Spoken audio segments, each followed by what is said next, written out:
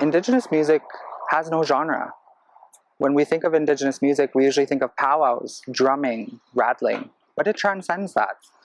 We can be mixing drumming with hip hop. We can be mixing rattles with jazz. However you want to interpret it is up to you. Ani Bojo, Cody Coyote, the Indigenous cause. We had to change it up a little bit. Here we go.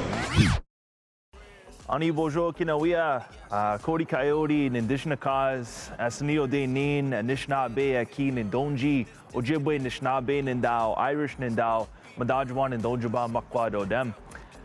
Hello and welcome everybody. I'm Cody Coyote. I was born and raised here in unceded, unsurrendered Algonquin territory, so-called Ottawa, Ontario, Canada.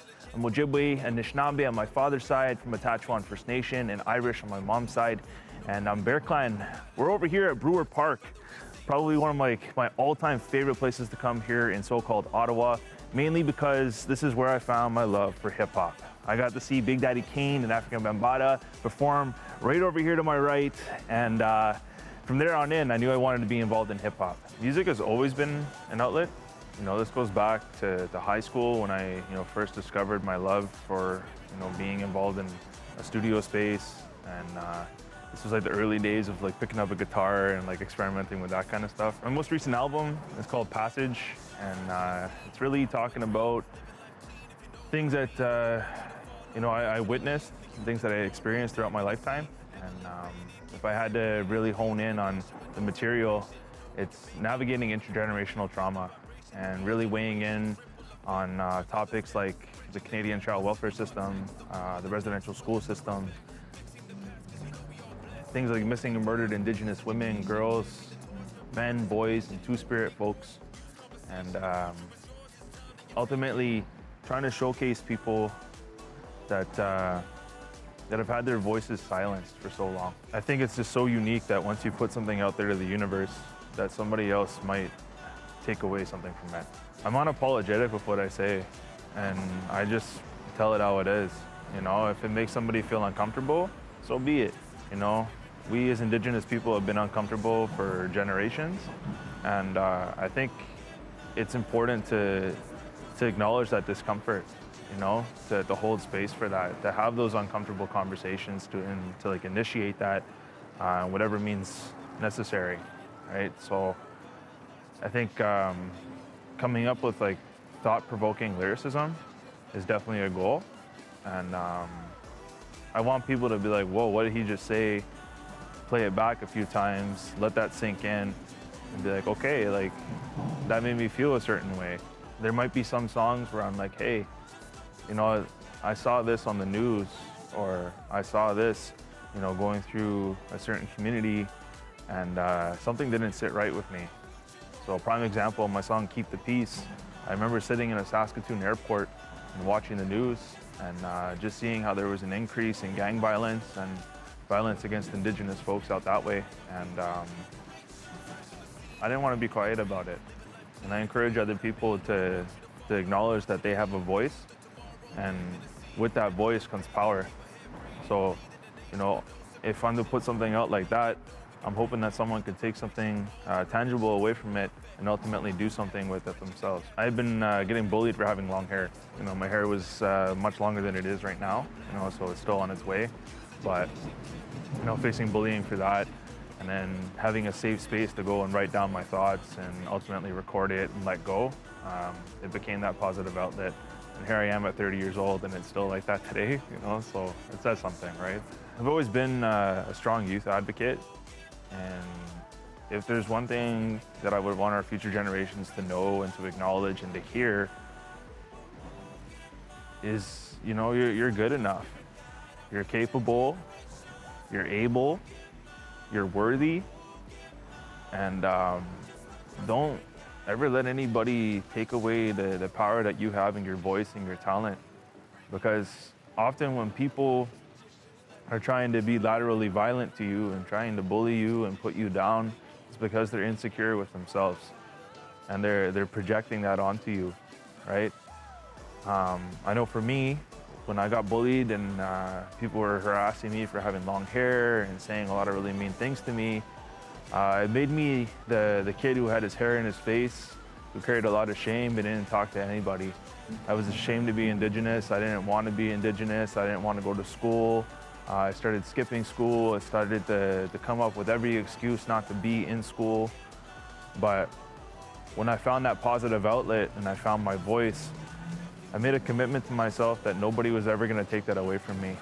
And, you know, wrapping this all together, I just want to say again, like, there's power in your voice. Don't be afraid to use it.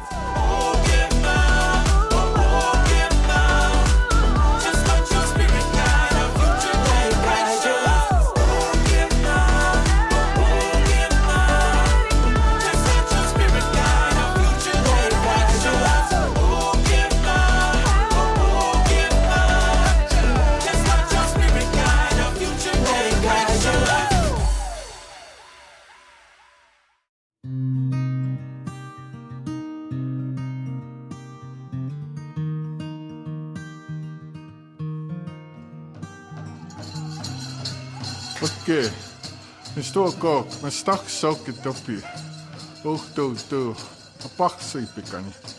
My name is Nathan Provost. I'm from the Picani Nation. I've been singing roughly 15 years now. The songs that are going to be sung today by myself, they're social gathering songs. The drum was made by a member from the Picani Nation. His name's Jim Potts. I got this drum over 10 years ago. It's made from elk hide. It's a hand drum. So at powwows, they usually sing a big drum. There'll be about 8 or 10 guys all throwing their voice. But today I'll just be using a hand drum.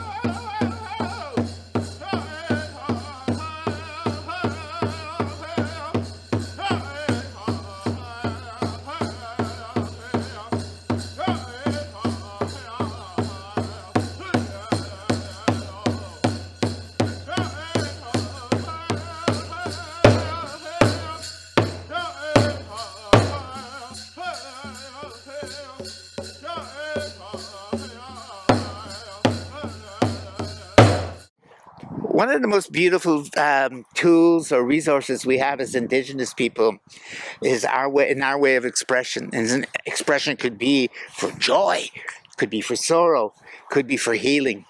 It's through our music. And you know, I have to thank the youth out there.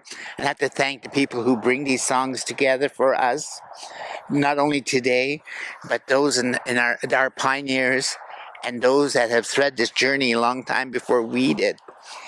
Because all what music does, not all what they do, but what they do specifically, is they have a tendency to pull us all together and unite us. Because music is probably one of the strongest spokes we could ever talk about in order to bring people together.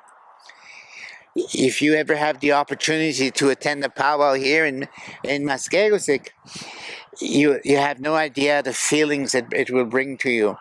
Here I am about maybe 4 or 5 miles from the powwow grounds, but we could still hear the drums from here, 5 miles from the actual site.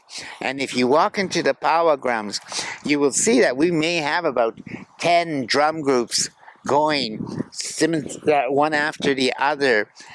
And what it does, my goodness, it just brings a feeling of pride. I've seen young people who were so hard-trodden and who were out and were in gangs before, or just being who they weren't supposed to be.